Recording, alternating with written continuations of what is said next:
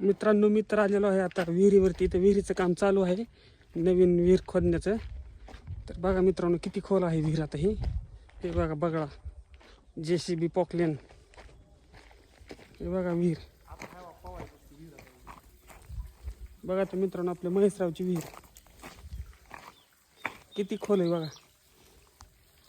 पोहायला नंबर 1 विहीर होती. पोहण्यासाठी एकदम भारी. बघा झरे. सुधारलं घेतली. बघा तर मित्रांनो, किती खोल आहे विहीर ही. हे बघा मशीन.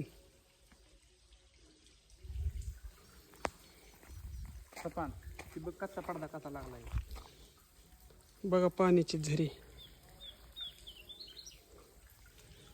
किती परस असेल खोल, कमेंट करून नक्की सांगा.